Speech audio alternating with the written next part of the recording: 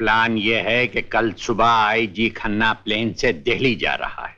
अदा करने से पहले दूसरे की कीमत का अंदाजा लगाते हैं। तो क्या अंदाजा लगाया तुमने? जहां तक मेरी जिंदगी का तजुर्बा है, जो लोग पार्टियों में अलग थलग रहते हैं वो आमतौर पर बहुत जिद्दी होते हैं। Sheesh Mahal hotel, room number 111।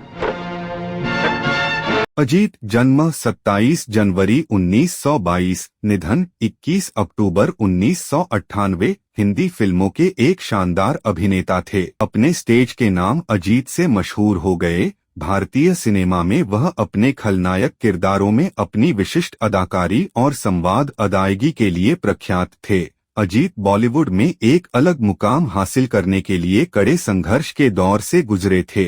27 जनवरी 1922 को हैदराबाद रियासत के गोलकुंडा में जन्मे हामिद अली खान उर्फ अजीत को बचपन से ही अभिनय का शौक था। उनके पिता बशीर अली खान हैदराबाद में निजाम की सेना में काम करते थे। उनके एक छोटे भाई वाहिद अली खान एवं 2 बहनें थीं। अजीत ने अपनी प्रारंभिक शिक्षा आंध्र प्रदेश के वारंगल जिले के गवर्नमेंट जूनियर कॉलेज हनामकोंडा से पूरी की थी। अजीत ने 40 के दशक में नायक बनने के ख्याब को साकार करने के लिए अपनी पाठ्य पुस्तकों को बेचकर घर से भागकर मायानगरी बम्बई का रुख किया। बम्बई में उन्होंने नालों में इस्तेमाल होने वाले सीमेंट पाइपों में रहकर और गुंडों से लड़ते भिड़ते हुए मुफलिसी के मुश्किल दिन गुजारे थे और अनेक फिल्मों में छोटे मोटे रोल करने के बाद हीरो के रूप में फिल्मी जीवन की शुरुआत वर्ष 1946 में प्रदर्शित फिल्म शाह-ए-मिस्र से की थी।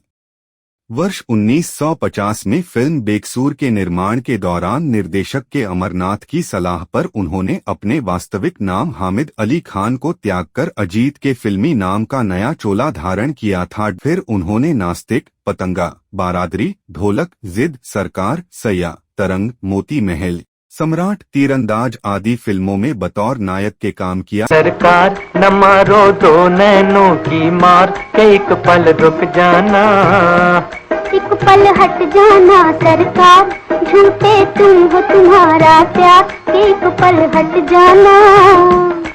और इसे तुम किस मीना बाजार से उठा के लाए हो? मीना? कौन सी मीना? ये हाँ। अरे ये है। मैंने कहा बात तो सुनिए। आप तो मिजाज की बड़ी तेज मालूम होती हैं। इतनी तेज कि चेहरा रह जाता, नाक उड़ा दिया करती। ओहो, तो गया आप लड़की नहीं बल्कि नाई का उस्तरा है। चुप बस। आज हमारी हर बाजी उलट रही है। पहले शेख पकड़ा गया, फिर हमारा बेहतरीन दोस्त मारा गया और सूरज अपनी बहन को निकाल ले जाने में कामयाब हो गया। अब हमें यहाँ से फौरन निकल जाना चाहिए। माइकल, ये सारी चरस बोट में लदवा कर अपने आदमियों के साथ तुम फौरन जजीरे पहुंच जाओ। राहुल, अरे भाई कहाँ भटकते रहते हो दिन भर? हमने अपने एक मालदार दोस्त की लड़की से तुम्हारी मंगनी और शादी दोनों तय कर दी है। करोड़ों के गहने पहन कर आएगी हमारे घर की। सर्वाधिक 15 फिल्मों में नलिनी जयवंत उनकी हीरोइन थी। शकीला के साथ भी उनकी अनेक कामयाब फिल्में थीं। अजीत ने उस दौर की सभी मशहूर अभिनेत्रियों मधुबाला, मीना कुमारी, माला सिन्हा, सुरैया, निम्मी, मुमताज के साथ हीरो के रूप में बहुत सारी फिल्मों में काम किया था। वर्ष 1957 में अजीत B.R. चोपड़ा की फिल्म नया दौर में ग्रामीण युवक की ग्रे शेड भूमिका में दिखाई दिए। हालांकि यह फिल्म मशहूर अभिनेता दिलीप कुमार पर केंद्रित थी, फिर भी अजीत ने अपने दक्ष अभिनय से दर्शकों की खूब वाहवाही लूटी थी। नया दौर की सफलता के बाद अजीत ने यह निश्चय किया कि वह बड़े बैनर की फिल्मों में ही अपने अभिनय का जलवा दिखाएंगे। वर्ष 1960 में के आसिफ की कालजयी फिल्म मुगले आजम में एक बार फिर से उनके सामने हिंदी फिल्म जगत के अभिनय सम्राट दिलीप कुमार थे, पर अजीत ने यहां भी सेनापति दुर्जन सिंह की छोटी सी भूमिका के जरिए दर्शकों का दिल जीत लिया था। अपने हीरो के दौर की समाप्ति होने पर सन 1966 में उन्होंने राजेंद्र कुमार के कहने पर टी प्रकाश राव की फिल्म सूरज से खलनायकी के किरदार निभाना शुरू किया। वर्ष 1973 अजीत के सिने करियर का अहम पड़ाव साबित हुआ। उस वर्ष उनकी फिल्मों जंजीर, यादों की बारात, समझौता कहानी किस्मत की और जुगनू ने बॉक्स ऑफिस पर सफलता के नए कीर्तिमान स्थापित किए। इन फिल्मों की शानदार सफलता के बाद अजीत ने उन बुलंदियों को छू लिया जिसके लिए वह अपने सपनों के शहर बम्बई आए थे। खलनायकी के किरदारों को जिस नफासत और तहजीब से अजीत ने पेश किया वो अद्भुत था। उनकी आवाज शेर की भांति बुलंद थी और पर्दे पर उनके आगमन से ही दर्शकों के दिल दहल उठते थे।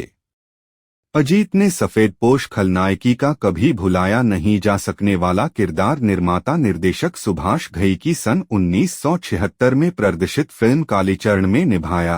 कालीचरण में उनका किरदार लॉयन तो उनके नाम का पर्याय ही बन गया था। इस फिल्म में उनका संवाद सारा शहर मुझे लायन के नाम से जानता है आज भी बेहद लोकप्रिय है। मत भूलिए डीएसपी साहब कि सारा शहर मुझे लायन के नाम से जानता है और इस शहर में मेरी हैसियत वही है जो जंगल में शेर की हो। फिल्म कालीचरण की कामयाबी के बाद अजीत खलनायकी की दुनिया के बेताज बादशाह बन गए थे। फिर उन्होंने कभी पीछे मुड़कर नहीं देखा और अपने दमदार अभिनय से दर्शकों की वाहवाही लूटते रहे।